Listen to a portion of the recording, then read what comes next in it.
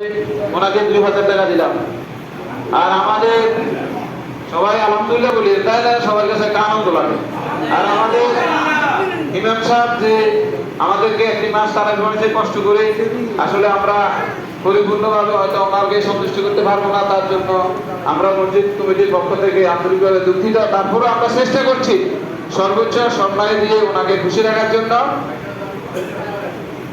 আমরা 22,140 টাকা আমাদের তারাবির কালেকশন, আর পাশাপাশি 1000 টাকা সরকারিভাবে আসছে। টোটাল 23,140 টাকা ওনাকে আমরা হাদিয়া হিসেবে দিলাম। আর আমাদের আজকে যে নামাজ পড়েছে সেখানে আমাদের কালেকশন 4,185 টাকা। হ্যাঁ, আচ্ছা,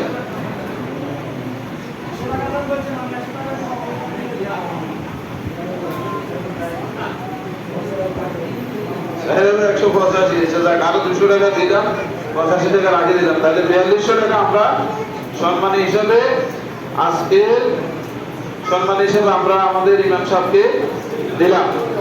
এটা বলিয়ে থাকলাই না তো মুদগলি যাবে না, মুদগলি যাবে না, অফিসের দাম।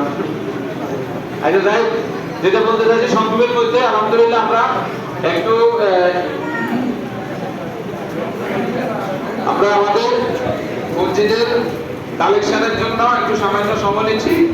আমাদের এই কালেকশনটা শুধু আমাদের আইপিএস এর কালেকশন হিসাবে থাকবে। এটা দায়িত্ব থাকবে আমাদের নাসির, আমাদের শাকায়েত, আমাদের জোয়েল যতদিন বাড়িতে আছে আর কি, পাশাপাশি নাসির এবং আমাদের শাকায়েত, এই দুজনের দায়িত্বে এই কালেকশনটা থাকবে এবং ওই দুইজনেই এই আইপিএস এর ব্যবস্থাটা করে নেবে। এটা আমার আপনার।